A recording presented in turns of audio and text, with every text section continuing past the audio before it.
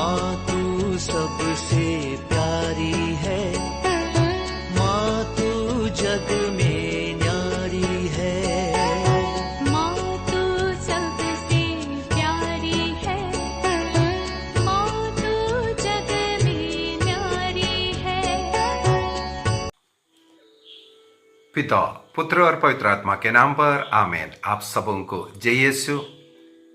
हम लोग प्रकाशना ग्रंथ की पढ़ाई में पिछले क्लास में प्रकाशना ग्रंथ अध्याय 20 वाक्य 1 से 6 तक पढ़ाई किया। उसके अंदर हम लोगों ने देखा शैतान को बंदी बनाता हुआ और 1000 वर्ष का प्रभु का जो राज्य, और साथ ही साथ हम लोगों ने ये भी मनोचिंतन किया था पशु और झूठे नबी को अग्नि में डालता हुआ, और उसी प्रकार शैतान बंदी है, फिर भी शैतान का प्रभाव इस संसार में विश्वासियों में, लोगों में रहता है। ये सब हम लोगों ने बड़े बारीकी से पिछले क्लास में मनोचिंतन किया। मेरे विचार में 50 मिनट से ज़्यादा एक क्लास, लंबा क्लास लेते हुए, क्योंकि बहुत ही महत्वपूर्ण बातों को उस क्लास के अंदर हम लोगों ने मनोचिंतन किया। उस क्लास के अंदर ये 1000 वर्ष के विषय में भी मैंने समझाया था। ईसा मसीह का क्रूस मृत्यु और पुनरुत्थान के समय शैतान को बंदी बनाता है। ईसा मसीह के दोबारा आगमन तक का वो जो पीरियड है, इसको 1000 वर्ष का जो राज्य का पीरियड कहते हैं। शैतान को बंदी बनाने का अर्थ ईसा मसीह मृत्यु पर विजय प्राप्त किया, लोगों को अपने पापों से मुक्ति दिलाया, और दोबारा आगमन, ईसा मसीह का दोबारा आगमन हम सबों को स्वर्ग राज्य लेकर के जाने के लिए। और उस पीरियड के अंदर अनेकों लोगों को शैतान भटका सकता है। हम देखा है अध्याय 20 में अध्याय 19 का वाक्य 20 के अंदर पशु बंदी बनाया गया, और उसके साथ वह झूठा नबी भी, वे दोनों जीवित ही धधकते गंधक के अग्निकुंड में डाल दिए गए। तो पशु को और झूठा नबी को नरकाग्नि के अंदर डाल दिया गया, और शैतान को बंदी बनाया था। और आज के क्लास में हम लोगों को मिलेगा शैतान का इसके बाद 1000 वर्ष के बाद क्या होता है। हम लोग आज का क्लास अध्याय 20 वाक्य 7 से 10 तक पढ़ेंगे और उसको समझेंगे। वाक्य 7, 1000 वर्ष पूरे हो जाने के बाद शैतान बंदी गृह से छोड़ दिया जाएगा। ये अध्याय 20 का 3 में भी हम लोगों ने मनोचिंतन किया था। थोड़े समय के लिए उन्हें बंदी बना रहा है। वो थोड़ा समय 1000 वर्ष का अर्थ मैं बार बार बोल करके दिया। ईसा मसीह का महिमा में पुनरुत्थान, इसके बाद दोबारा आगमन तक का जो समय है, उस समय को 1000 वर्ष, सहस्र जो सहस्राब्दी जो कहते हैं, और उस समय के बाद उसे छोड़ दिया जाएगा। किस लिए? और वह पृथ्वी के चारों कोनों में बसने वाले राष्ट्रों को बहकाने और गोग एवं मगोग की सेनाओं को, जो समुद्र के बालू कणों की तरह असंख्य है, युद्ध के लिए एकत्र करने निकलेगा।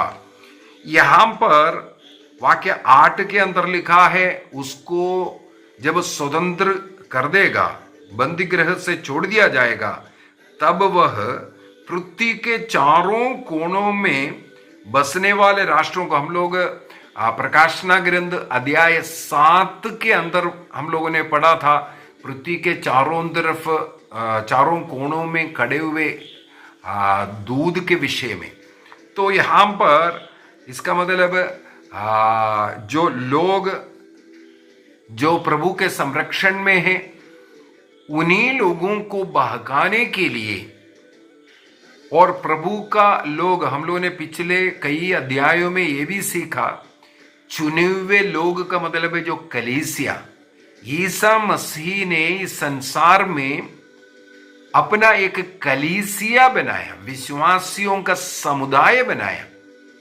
ये एक सिस्टम है मसीह ने इस संसार में बना करके गया। उस कलीसिया को अधिकार दिया और उस कलीसिया में मसीह स्वयं रहता है। उस कलीसिया को शैतान बहकाएगा। वो आज बंदी में है, इसका मतलब है हमें शैतान के ऊपर अधिकार है। लेकिन कई लोग शैतान के बहकावे में आकर के पाप में गिरते हैं, शैतान का छाप अपने माथे पर लेते हैं। मैंने बीती क्लासों में भी बोल करके दिया, जो मसीह ने जिस कलीसिया की सृष्टि की, उस कलीसिया के विरोध में जो झूठे झूठे बातों का प्रचार करते हुए शैतान आजकल बहुत लोगों को बहकाता है। जो अज्ञानी लोग सोचते हैं, जैसे उदाहरण के लिए मैंने बोला, संत पापा के विषय में अनेकों झूठे आरोप लगाते हैं, जो नहीं है उसको बना करके दिखाता है। और साथ ही साथ जैसे माता मरियम के विषय में कई देवी देवताओं के साथ उन्हें तुलना करते हुए, ये सब कौन करेगा? ये सब शैतान के लोग करता है। जो शैतान का छाप अपने माथे पर लिया हुआ, वो बड़े भक्त दिखाएगा, बाइबल का बड़े ज्ञानी दिखाएगा और बाइबल सिखाने वाला जैसे दिखा देगा। हम भी कैथोलिक थे, अभी हम तो स्वतंत्र हो गया, हमारा कलीसिया बना रहा है, इस प्रकार सिखाने वाले होंगे। लेकिन हमें यहां पर मिलते हैं जो कलीसिया से निकल करके जो शैतान का छाप लेकर के जो जाने वाला, क्योंकि शैतान लोगों को इस प्रकार करेगा। और ईसा मसीह ने भी इसका घोषणा किया है, ये शैतान कर सकता है कर करके। मत्ती के सुसमाचार में प्रभु ईसा मसीह ने कहा था, अध्याय 24 वाक्य 29, मैथ्यू चैप्टर 24 वर्स 29 में, एवं मार्कुस चैप्टर 13 वर्स 24 में। तो प्रलोभन और शैतान इस प्रकार चिन्ह चमत्कार दिखाते हुए और कलीसिया विरोधी ऐसे ऐसे बातें बता करके, जैसे लोगों को लगेगा हाँ यही सच्चाई है, यहीं पर सब ठीक है। तो सत्य कलीसिया, जो मसीह ने जो कलीसिया का निर्माण किया, जो समुदाय को बनाया, उससे लोग भटक रहा है, भाग रहा है। और प्रकाशना ग्रंथ अध्याय 7:1 के अंदर हम लोगों ने जैसे पढ़ा, जो पृथ्वी के कोनों पर दूतों ने खड़ा है और उनको रुकाया था जब तक ईश्वर का संरक्षण का छाप, ईश्वर का संरक्षण का छाप लोगों के माथे पर जब तक नहीं लगाएगा। जो विश्वासी गण, जो मसीह के कलीसिया, मसीह ने जो सिखाया उसके अनुसार जो जीने वाला, जो कलीसिया को जो अधिकार दिया उस अधिकार के अधीन रह करके रहने वाला, उन लोगों के माथे पर जब तक मुहर नहीं लगाएगा, संसार को नष्ट नहीं करना बोल करके रुकाता हुआ हम लोगों ने देखा। तो मसीह के साथ कलीसिया से जुड़े रहने वाला कुछ है और कलीसिया विरोधी कार्य करने वाला, अपना मर्जी से अपने बुद्धि दिमाग का सिखाने वाला, ऐसे लोगों के जो बातों को सुन करके जाने वाला बहुत लोग मिलेगा। और शैतान का एक स्वभाव ही यही है, वो कभी सत्य नहीं बोल सकता, वो झूठ बोलता है और वो झूठ का पिता भी है। और कई बातों को वो इस प्रकार सिखाएगा कि यही सत्य है। इसलिए मैंने बोला है, संत पापा के टोपी में ये लिखा है, संत पापा के कुर्सी में ये लिखा है, जबकि सत्य बातें हैं। आज तक 266 संत पापा हमारे कैथोलिक कलीसिया में, पेतरुस से लेकर के अभी तक संत फ्रांसिस तक, किसी की टोपी में ऐसा एक शब्द लिखा नहीं। हम लोगों ने उसका एक क्लास ले चुका है। ना किसी के कुर्सी पर 666 लिखा हुआ है। ये सब झूठी चीजें बना बना करके ये शैतान के लोग, जो शैतान का छाप लिए हुए लोग, ये कलीसिया विरोधी कार्य कर रहा है। यहां पर यही सिखाता है। ये प्रेरणा तो शैतान का एक स्वभाव है, वो अपना स्वभाव दिखाता है और कलीसिया के अनेकों लोगों को उसके जो पीछे कर देता है। और साथ ही साथ झूठे जो नबी लोग हैं, मैं भी क्रिश्चियन हूं बोल करके दिखाने वाला, बाइबल का बड़े ज्ञानी बोलने वाला, लेकिन झूठे झूठे चीजें सिखा करके जो सत्य है उसका विपरीत सिखाते हुए अनेकों लोगों को मसीह के कलीसिया से दूर करता है, ईश्वर से, ईश्वर के उस सत्य से दूर करता है। उदाहरण के लिए ईसा मसीह ने अंतिम भोजन में कहा था, यह मेरे स्मृति में किया करो। बाइबल में लिखा है, तब से आदिम कलीसिया शिष्य लोग प्रतिदिन प्रभु भोज मनाता था। आज केवल कैथोलिक कलीसिया में प्रतिदिन प्रतिभोज मनाते हैं। प्रभु ने कहा, यह मेरा शरीर है, यह मेरा रक्त है, प्रतीक है करके बोल करके नहीं दिया। मसीह ने अपना शरीर और रक्त को हमें भोजन के रूप में दिया था। लेकिन इन झूठे कलीसिया लोग क्या सिखाते हैं? ये तो प्रतीक है। हमें मालूम है, योहन के सुसमाचार के अंदर हम लोगों ने मन चिंतन कर चुका है सब। अनेकों लोग मसीह को ही छोड़ करके गया था। तो ऐसे छोड़ करके जाने वाले ग्रुप में अनेकों लोग जाकर के फंस रहा है। और ईसा मसीह ने शिष्य लोगों से कहा, तुम जिन लोगों के पाप क्षमा करोगे उनका पाप क्षमा हो जाएगा, जिनका पाप क्षमा नहीं करेगा उनका पाप बंधे रहेगा, वो पाप में बंधे रहेगा। इसका मतलब है पाप क्षमा करने का अधिकार ईसा मसीह स्वर्ग जाने के पहले कलीसिया को दिया, चेले लोगों को दिया। और आज ऐसे झूठे शैतान के छाप लिए हुए लोग ये कहते हैं कि पाप स्वीकार पुरोहितों से करने की जरूरत नहीं। इस प्रकार लोगों को भ्रमित करने वाली शिक्षाएं देगा। यही यहां पर बताते हैं। शैतान को जब छोड़ता है, मैंने बोल करके दिया है, छोड़ने का अर्थ है उनको हम लोगों के ऊपर थोड़ा सा अधिकार है, बहकाने का अधिकार है। उस अधिकार वो बहका सकता है।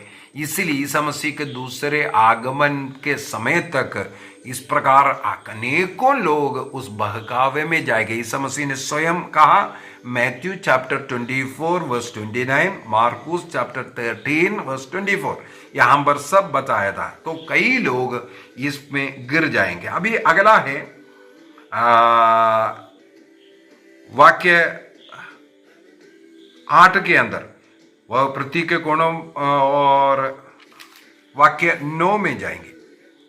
वहां पर लिखा है, वे सारी पृथ्वी पर फैल गए, उन्होंने संतों के शिविर और ईश्वर के प्रिय नगर को घेर लिया।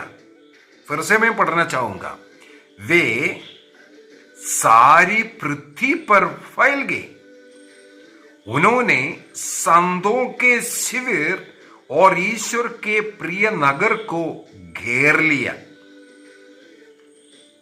सारे पृथ्वी पर स्वर्गदूतों के संरक्षण का मोहर लगा करके स्वर्गदूतों ने जो विश्वासी लोगों को संरक्षण दे रहा है, उन्हें घेर रहा है। इसके बाद उन्होंने संतों के शिविर को घेरा। ये संतों के शिविर क्या है? ईसा मसीह ने जिस कलीसिया की स्थापना किया और जिस कलीसिया में मसीह निवास करता है, ये शिविर हमें लेना है निर्गमन ग्रंथ में। मूसा नबी के नेतृत्व में इस्राएल लोग जो मरुभूमि यात्रा करते हुए जो कनान, वो स्वर्ग की यात्रा का एक प्रतीक है।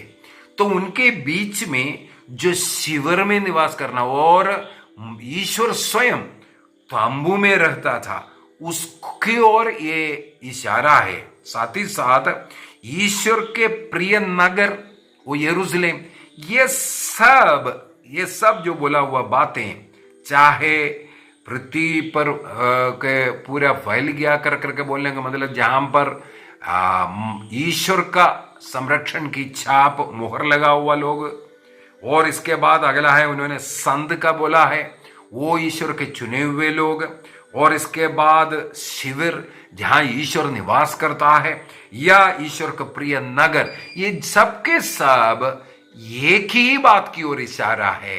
वो है सब चुने हुए लोगों का वो समुदाय, अर्थात कलीसिया। कलीसिया में ईसा मसीह ईश्वर निवास करता है। उनको घेरने वाला शैतान और जो गोग मगोग के विषय में जो लिखा हुआ, ये कहां मिलेगा?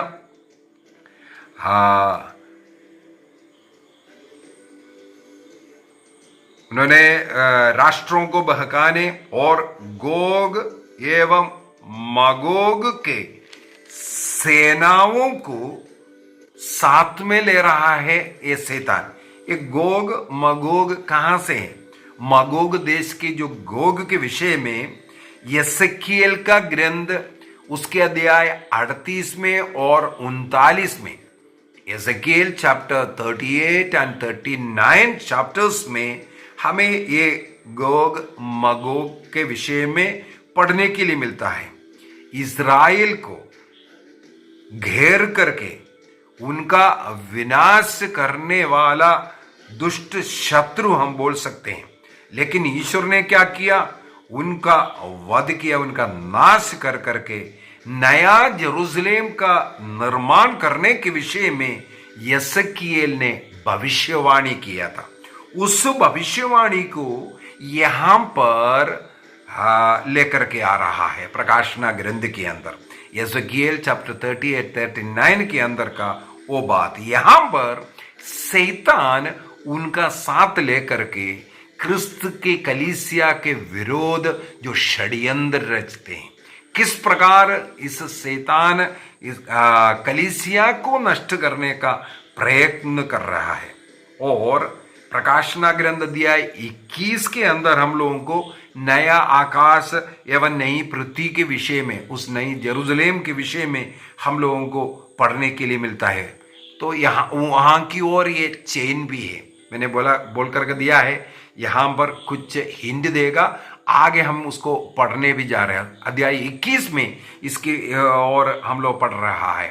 तो शैतान का विनाश कर ईसा मसीह उस नवीन जेरूसलेम की स्थापना, स्वर्ग राज्य की स्थापना करने के लिए ये एक इशारा भी है गोग मगोग के विषय में बताते हुए यसेकिएल 38 और 29 अध्यायों को यहां लेकर के आ रहा है। यहां पर शैतान का विनाश होगा और जो कलीसिया को नष्ट करने के लिए, चाहे संत पापा के विषय में हो, पुरोहितों के विषय में हो, मूर्ति पूजा के विषय में हो, या माता मरियम या संतों के विषय में, कुछ भी बोल करके ये शैतान आजकल जो कार्य कर रहा है उसका किस प्रकार विनाश कर देगा, इसके विषय में यहां पर लिखा हुआ है।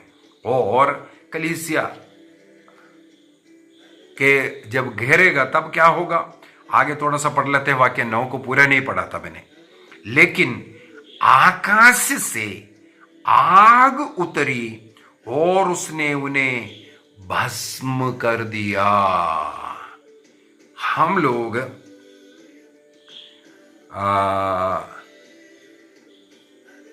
जो हर्मगदोन के विषय में बीती क्लासों में हम लोगों ने पढ़ाई किया था, हर्मगदोन के विषय में, वहां पर भी जहां पर लड़ाई के लिए इकट्ठे होते हैं, राजा लोग आपस में लड़ते हैं, इसका प्रकार का हर्मगदोन में शैतान के विरुद्ध लड़ने के लिए सेना तैयार होगा, ये बताया, लेकिन वहां पर कोई लड़ाई के विषय में हम लोगों को नहीं पढ़ने के लिए मिला। प्रकाशना ग्रंथ अध्याय 11 वाक्य 5 में, राजाओं का दूसरा ग्रंथ अध्याय 1 वाक्य 9 से 14 तक, लूकस के सुसमाचार अध्याय 9 वाक्य 54 में सब शैतान के ऊपर किस प्रकार का दंड अचानक पड़ेगा और आग उतर करके उन्हें नष्ट करने के विषय में जो भविष्यवाणी किया था, उसको यहां पर हम लोग पढ़ते हैं, आकाश से आग उतरा। इसका मतलब ईश्वर शैतान के साथ कोई लड़ने की कोई जरूरत नहीं है। वहां पर हर्मगदोन में भी हम लोगों ने देखा, लड़ाई के लिए तैयार होता हुआ, इकट्ठा होता हुआ, लेकिन कोई लड़ाई होता हुआ नहीं देखा। यहां पर भी यही है, प्रभु अपने विश्वासियों की संरक्षण, अपने कलीसिया की संरक्षण प्रभु स्वयं करता है, क्योंकि प्रभु ने इस कलीसिया को बनाया है। और मरुभूमि यात्रा में ये जो शिविर बना करके प्रभु स्वयं वहां पर रह करके इज़राइल को आशीर्वाद देता था और उनके साथ चलता था, दिन रात उनके साथ चलता था। इसलिए उस शिविर का भी ये बताते हुए, अर्थात कलीसिया में रहने वाला ईश्वर कलीसिया की संरक्षण कर देगा, इसको बताने के लिए ये हमें यहां पर ये लिखा हुआ है और समझाया है। और हमारी यात्रा भी जैसे इज़राइल कनान देश की ओर यात्रा में था, उसी प्रकार इस संसार में हमारा भी एक यात्रा है।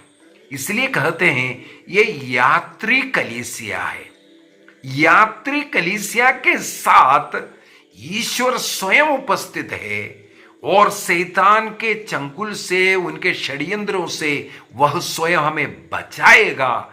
ये यहां पर ये सिखाते हैं। वाक्य 10 में भी जाते हैं, उन्होंने बहकाने वाले शैतान को आग और गंधक के कुंड में डाल दिया गया, जहां पशु और झूठा नबी डाल दिए गए थे।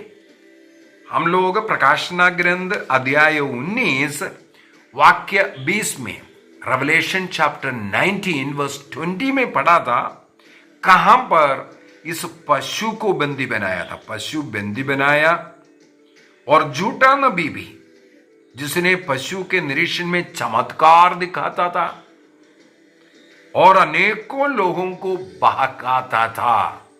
फिर से बोल रहा हूं, ये जो पशु और ये जो झूठा नबी चिन्ह चमत्कार दिखाते हुए अनेकों लोगों को मसीही के कलीसिया से अलग करवाते हैं।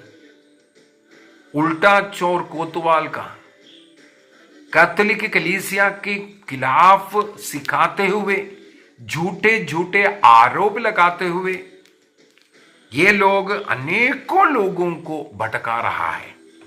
इन लोगों को यहां पर लिखा हुआ है, इन झूठे नबियों को कैद कर, जो चिन्ह चमत्कार कर रहा था, अनेकों लोगों को बहकाया था, ऐसे और पशु के छाप ग्रहण की थी, उसकी प्रतिमा की आराधना, अर्थात उन लोग हमारे पास आओ बोल करके, अरे वहां पर बहुत चमत्कार है, यहां पर बहुत चमत्कार है, पूरे वीडियो के अंदर चमत्कार चमत्कार दिखाता है, अन्य कोई चीजें नहीं दिखाता, या कलीसिया विरोधी बातें बोल करके। इस प्रकार शैतान का छाप लेकर के जो कार्य किया, वे दोनों जीवित ही धधक के गंधक के अग्निकुंड में डाल दिए गए। ये प्रकाशना ग्रंथ 19 का वाक्य 20 में हम लोगों ने पढ़ा। अभी अध्याय 20 का वाक्य 10 के अंदर जो शैतान 1000 वर्ष के लिए बंदी था, उन्हें उसी अग्निकुंड के अंदर डालता हुआ, अर्थात ये दूसरी मृत्यु कहते हैं। अभी उन छाप लिए हुए लोग, जो पहला मृत्यु जो शारीरिक मृत्यु, इसके बाद चाहे पापी हो जो विश्वासी संत हो, इन दोनों का ईसा मसीह के दोबारा आगमन के अंदर पुनर्जीवित होना, जी उठना है। उनका शरीर चाहे किसी भी रूप में दफनाया गया, चाहे जला दिया, चाहे बहा दिया, चाहे गड़ा दिया, किसी भी रूप में हो, ईसा मसीह के दोबारा आगमन में शरीर जी उठेगा और आत्मा जो ईश्वर के पास गया या नरक के योग्य बना है, वो शरीर धारण करेगा। इसके बाद चाहे पापी हो, चाहे अच्छा जीवन जीने वाले, अच्छे जीवन जीने वालों, अभी वाक्य 10 के अंदर वो मिल रहा है, थोड़ा सा पढ़ लेता हूं। वाक्य 10, उन्होंने बहकाने वाले शैतान को आग और गंधक के कुंड में डाल दिया गया, जहां पशु और झूठा नबी डाल देगी। वे युग युगों तक दिन रात यंत्रणा भोगेंगे। दिन रात अर्थात सेकंड डेथ से कहते हैं। अभी अगला क्लास में एक और लूंगा, उसके अंदर बताऊंगा ये जो लोग, जो शैतान और जो पशु या ये झूठे नबी के पीछे जो गया है, उनको भी इनके साथ इस अग्निकुंड में अर्थात सेकंड डेथ में, दोबारा दूसरा मृत्यु में उनको भी डाल दिया जाएगा। और जिनको पहले से स्वर्ग जो मिल गया, जो संत लोग, उनके लिए अभी मृत्यु ही नहीं है, हम लोग ऑलरेडी देख चुका है। ईसा मसीह के आगमन में मसीह के साथ वे स्वर्ग जाता है, वो शरीर धारण कर। ये होने वाला है। किसको स्वर्ग मिलेगा?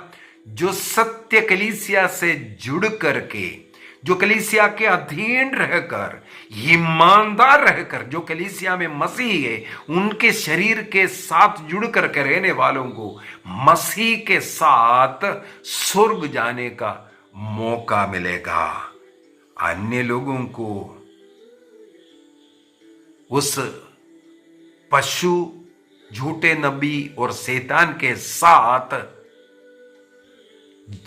अनंत काल तक दंड भोगने के लिए उस आग में, उस कुंड में, उस गंधक में डाल दे जाएगा।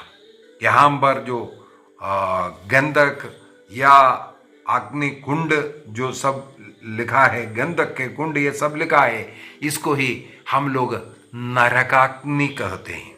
नरकाग्नि जो बोल रहा है उसी के विषय में। तो ये शैतान को, झूठे नबी को और पशु को परमानेंटली कष्ट पीड़ा सहने के लिए, उनके साथी जितना भी पशु का जो मोहर ले चुका है, कलीसिया से अलग होकर के, मसीह के शरीर से अलग होकर के, मसीह से दूर हो गया, हम परम प्रसाद को ग्रहण नहीं करेंगे, हम पाप स्वीकार नहीं करेंगे, वहां पर ये मूर्ति पूजा है, ये है, वो है बोल करके जो कलीसिया का निंदा करके निकला, उनको जो मिलने वाला दंड नरकाग्नि है कर करके प्रकाशना ग्रंथ यहां पर वाक्य अध्याय 20 का वाक्य 10 हमें सिखाते हैं। आइए हम अपनी आंखों को बंद करेंगे और हम प्रभु से प्रार्थना करेंगे। प्रभु, हमें सत्य कलीसिया से जुड़े रहने की कृपा दीजिए। जो मसीह ने जो कलीसिया की स्थापना किया, विश्वासी बन करके मसीह के शरीर से जुड़े रहकर स्वर्ग राज्य के योग्य जीवन हम जिए। आज हम लोगों ने देखा 1000 वर्ष अर्थात मसीह का दोबारा आगमन के समय पर शैतान को वो बहकाना और अनेकों लोगों को पाप में गिराना कार्य कर रहा था, लेकिन अचानक आग आया आकाश से, उसको नरक में डाल दिया गया। इस प्रकार हमेशा हमेशा के लिए शैतान, पशु, झूठे नबी और उनके मुहर ले हुए लोग जिनका नाम जीवन पुस्तिका में नहीं था, ये सब के सब आनंद आग में डाल दिए गए। अब से कोई और मृत्यु नहीं है, केवल आनंद जीवन जीना है। आइए हम निर्णय करें इसके योग्य जीवन जिएंगे। मैं उन लोगों के लिए समय पर प्रार्थना करता हूं, जितने भी लोग मुझसे प्रार्थनाएं मांगे। कई लोग बीमार हैं, उनके बीमारी से उन्हें मुक्ति के लिए मैं प्रार्थना करता हूं। प्रभु यीशु मसीह के नाम पर, प्रभु यीशु के पवित्र लहू के शक्ति एवं सामर्थ्य के द्वारा उनके नाना प्रकार के बीमारियां दूर हो जाएं, परिवार में शांति आवे, प्रार्थना करने वाला परिवार बन जाए, एक साथ रोज पारिवारिक प्रार्थना करने वाला जहां मसीह का निवास स्थान वो घर बन जाए। ऐसे लोगों को समर्पित करता हूं जिन्हें नौकरी नहीं है, जिनके विवाह में कोई बाधा है, बेरोजगार है, निसंतान लोग हैं, जिन्हें रहने के लिए घर नहीं है, अशांति का जीवन जी रहा है, दुख की कष्ट के जीवन जी रहा है। प्रभु उन सबों को अनुग्रहाशीष प्रदान करे इसी समय पर, यीशु के नाम पर। जितने भी लोग ये प्रार्थना सुन रहा है, जितने भी लोग ये वचन को सुना है, जितने भी लोग अपने मन में इस वचन के अनुसार जीने के लिए निर्णय किया है, यीशु के नाम पर उन सभी लोगों को आशीष मिले, कृपा मिले। पिता, पुत्र और पवित्र आत्मा के नाम पर आमीन। आप सबों को जय यीशु।